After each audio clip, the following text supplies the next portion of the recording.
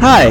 To install Marvel's Hulk mod for Incredible Hulk, all you need to do is open up hulk.exe, press yes, wait 3 seconds, and then go to next and press next.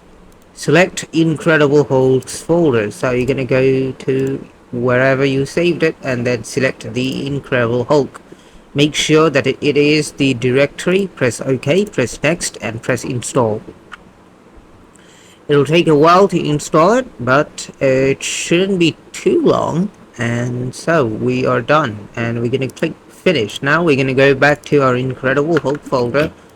Here you have this start with textmod.exe. You can start without it, but to play it with our texture, we're gonna need that. So select hulk.exe, press the folder icon, press browse, and you can select red Hulk or green Hulk.